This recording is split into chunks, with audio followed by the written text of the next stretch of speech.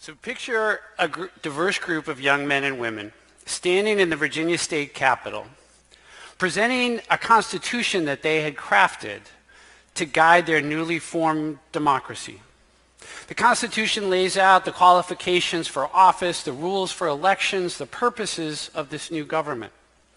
In the room that day as they're presenting are a number of state officials and other dignitaries, and indeed the very first person who signs that Constitution is our governor, Terry McAuliffe.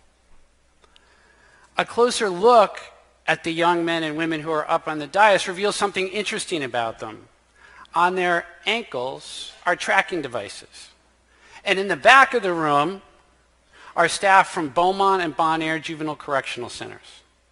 And yet there they are feeling justifiably proud for what they've created and what they were embarking on. The very first constitutionally based student government inside a juvenile correctional center in this country. On the wall of my office is a quote by Nelson Mandela that was hand-painted by my daughter Maya. The quote reads, "It always seems impossible until it's done." I love the quote because it embraces a kind of fearlessness and optimism about human potential and human capacity. It liberates us to try to do hard things. We can do more than we think we can. We just need to try. My boss, the governor, Terry McAuliffe, has a related view of governing, and he continually exhorts his cabinet members, us agency heads, to think outside the box, to go big. He tells us it's okay to make mistakes when we're doing this if what we're trying to do is to improve the lives of the people of Virginia. At the Department of Juvenile Justice, where I'm the director, we took Governor McAuliffe's message to heart, and today I'm going to tell you our story. But before I get into that, I want to say that you might not think of our story so much as thinking outside the box. You might think about it, as one of our staff described it to me, as thinking outside the fence.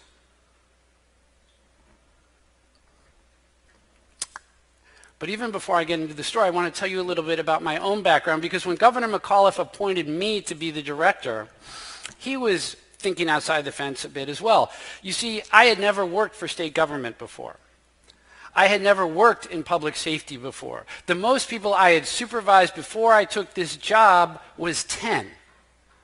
And the Department of Juvenile Justice has close to 2,000 employees, which explains a lot, probably, to the people who work at the department. More than that, I was the founder and legal director of the Just Children program of the Legal Aid Justice Center here in town. And I spent my entire professional career to that point trying to keep kids out of the very facilities that the department operated. I appeared in the press, in the legislature, critical of the workings of the department, and on more than one occasion threatened to sue the very agency that I was now being appointed to run. The very last thing I would have wanted in the world, or the very last thing I would have thought would have happened, would be for me to be the guy whose picture is in the lobby of the juvenile correctional centers that I worked so hard to keep kids out of. And yet, after I got appointed, there I was, the guy whose picture is on the wall in the lobby when you go into the facilities. Instead of sticking it to the man, which I had long prided myself on my ability to do, I had suddenly become him. Now, it's important to understand that the department is more than just locked facilities. In fact, that's a very small fraction of what we do. We have probation offices across Virginia. We run treatment programs, or I should say fund treatment programs across the state. On any given day, we have approximately 4,000 kids under some kind of supervision, more than 90% of whom are in the community. But when I started as director, and I got appointed in April of 2014, we were not doing very well.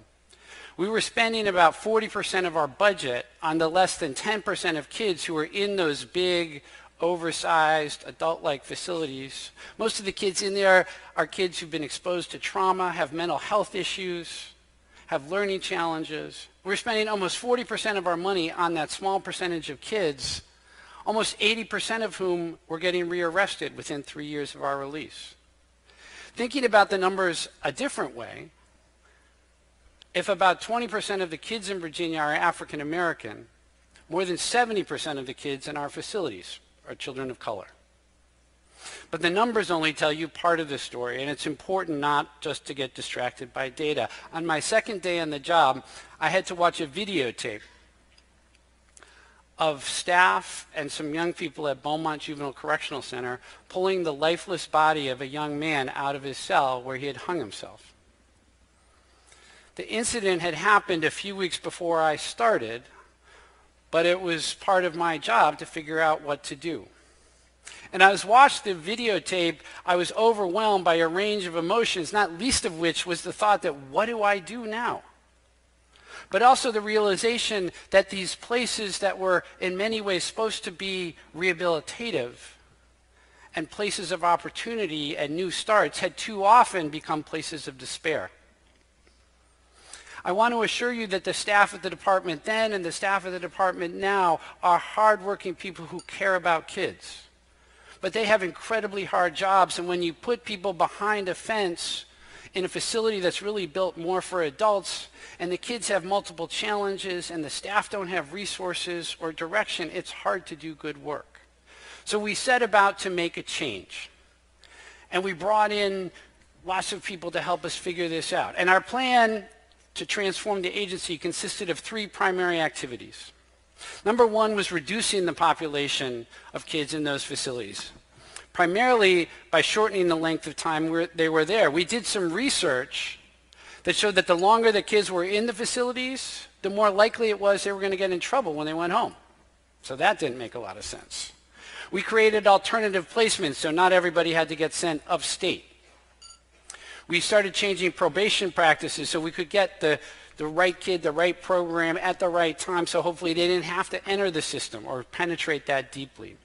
But we also realized we had to do better work in those facilities, and so we had a plan to dramatically transform the way we worked with kids and provide more opportunities for education and rehabilitation and growth and success. But we also realized that wasn't enough either, that ultimately to do the work we needed to do, we needed to replace these old institutions with something that would work better, with programs in communities so that kids could get what they needed where they lived and with their family. And for those small group of kids who had to be confined, building new, smaller, treatment-oriented facilities that weren't obstacles to rehabilitation but were tools for rehabilitation. To do this last part, to replace the system, also involved getting authorization to close old facilities, to keep our money, to spend on these treatment programs. And it required not only getting the buy-in of Governor McAuliffe, who was all in from the beginning, it also required getting the buy-in from our Republican-controlled General Assembly. As if the work wasn't hard enough, we now had to get Democrats and Republicans to work together. Imagine that. Now, a plan is just words on a piece of paper or words on a whiteboard unless people fuel it and people support it and people give it momentum. And that's exactly what happened with us. People saw that we were now playing to win and try to do good things for kids instead of just keeping bad things from happening. And our staff, who in many ways had to suffer the most through all the changes, have embraced this. Our stakeholders, judges and community members and service providers, families, young people have embraced this. Our governor has embraced this. Our bipartisan group of legislators, Republicans and Democrats, have embraced this. And fueled with all this support, we've been able to accomplish actually quite a bit. When Governor McAuliffe took office in April of 2014, we had about 600 kids in our large facilities. Today, I'm happy to tell you that we only have 217.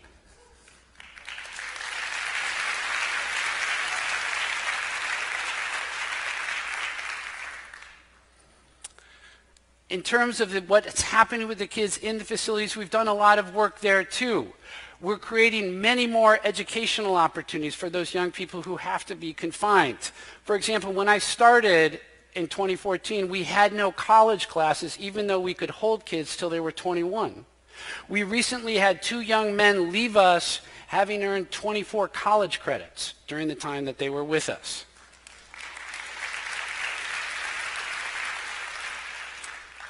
Historically, the agency and folks who work in the field have looked at parents in many ways as obstacles to rehabilitation, that they're part of the problem, not part of the solution. But we realized that if we really wanted to do good work, if we wanted to keep kids with their families or allow kids to return home to their families, we had to include families. Now, Virginia is a very big state, and Beaumont and Bon Air were both clustered around Richmond, making it very hard for families to visit their kids. So we came up with the idea and said, well, why don't we provide free transportation? So any weekend now, there are shuttle buses leaving from some point in the state, taking families to visit their kids. People were skeptical about that too. Well, parents don't care, they're not going to do this. In our very first year of doing this, we had 1,200 people take advantage of this service. We had parents who hadn't seen their kids for 2 years finally get a chance to visit.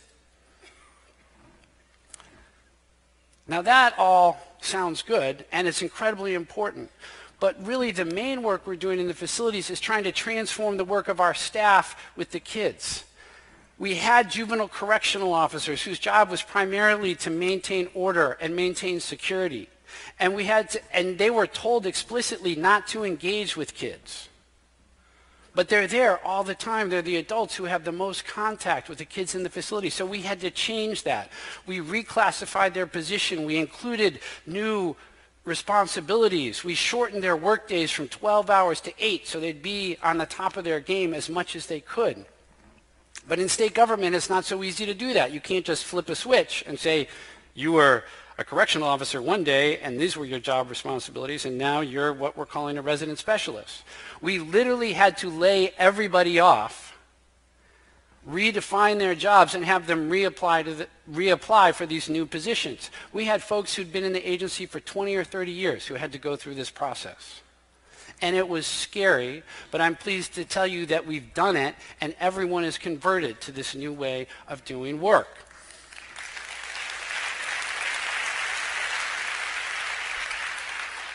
It's been hard because as if that wasn't enough, we also got approval to start closing facilities and keeping money. So people were learning new things at the same time they were worried about their job. And we closed Beaumont Juvenile Correctional Center in June of this year. And with the money from that closure, we've been able to create new treatment programs across Virginia. To give you an illustration of what that's like, at the beginning of this year, only 2 jurisdictions in Virginia had access to this highly regarded evidence-based program that was really effective at working with high-risk kids in their communities, with their families, kids who might otherwise get locked up. By year's end, with the savings from the closure, we will have that service available in 100 jurisdictions across the state.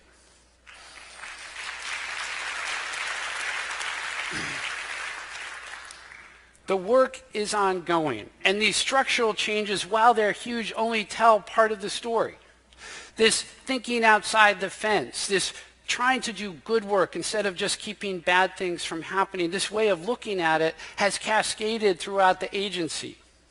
We have staff now thinking on their own about new ways of doing the work. We had a group of probation officers in Norfolk who, instead of just, as they traditionally had done, saying, I'm here to monitor compliance with the court's rules and make sure you're doing what you're supposed to do, said, let's do something different. And they took a group of young men from Norfolk up to Washington to go to the National Museum of African American History and Culture.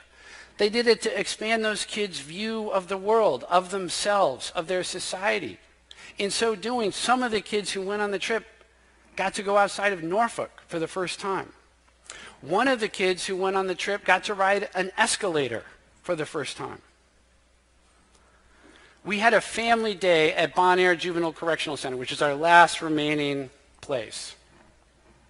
We invited hundreds of family members to have kind of a fun, normal parent-kid experience. We had picnic, we had ice cream and cotton candy, and kids played games and got to sit at picnic tables with their parents and their siblings. And it was a beautiful day, but to make that work, we had to call volunteers in because there were so many people. And it was a Sunday, so not always easy to get volunteers on a Sunday. We had hundreds of volunteers. We had 2 staff who drove up from Abingdon, Virginia. They didn't have any kids in the facilities, but they drove up from Abingdon, Virginia to volunteer and be part of this amazing day. That's a 5-hour drive, and they weren't getting paid. People are embracing the work. In the facilities, people are doing all kinds of different things. They're taking kids outside the fence to go visit colleges, so they start to think about that as part of their future.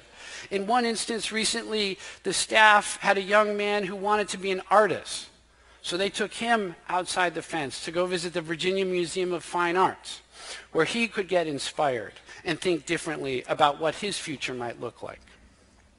But the cascade, the investment, it's also not stopping with our staff. It's cascading down to the kids as well. I told you about the student government. So how that came about was young people in the facilities, they wanted more say and more of a voice. And we wanted them to have more of an opportunity to learn about civic participation and to be engaged in the community in which they lived. And Governor McAuliffe got wind of this and invited the founders to come down to meet with the governor and members of his cabinet and staff to talk about governance. And so our kids did a PowerPoint presentation and talked about what they wanted to do. And the governor's chief lawyer, Carlos Hopkins, said, well, if you want your government to last, you need to create a constitution.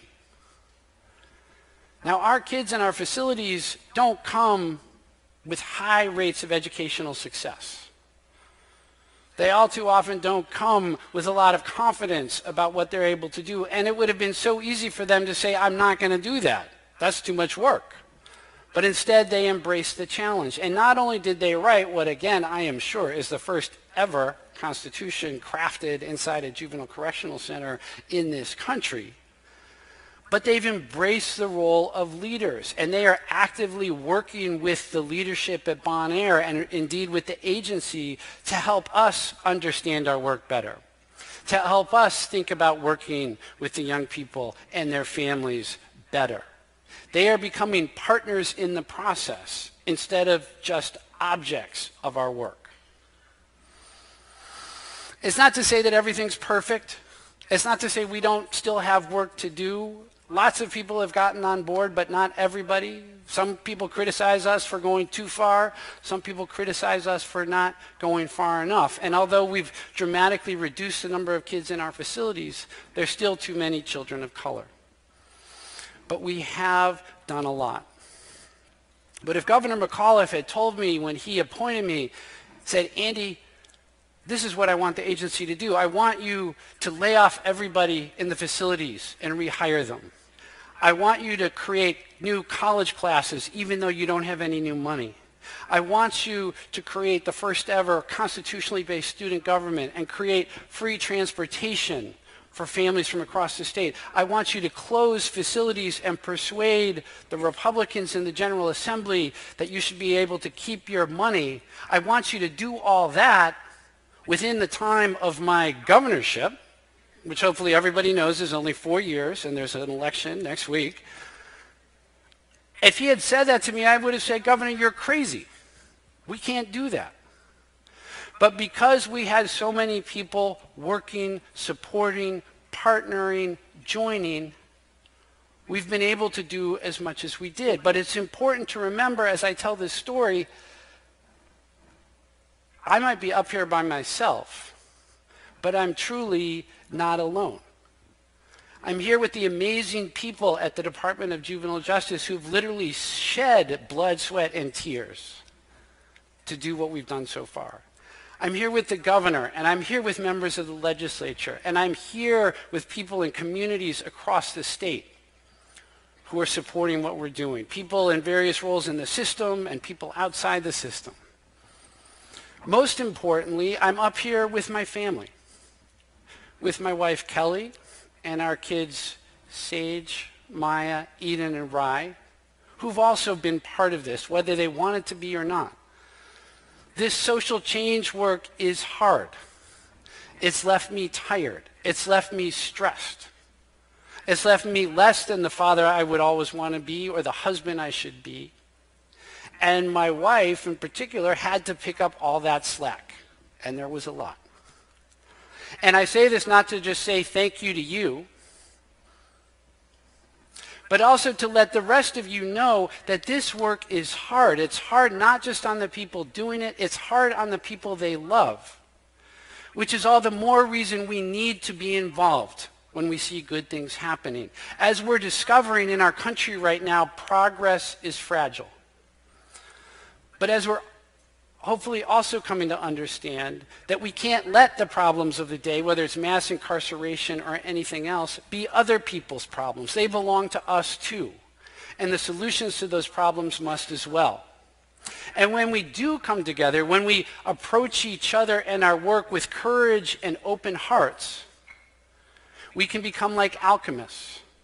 But instead of turning straw into gold, we can turn inmates into college students. We can turn prisons into treatment programs across the state. We can maybe even turn a traumatized community into a resilient and loving one. It always seems impossible until it's done. Thank you.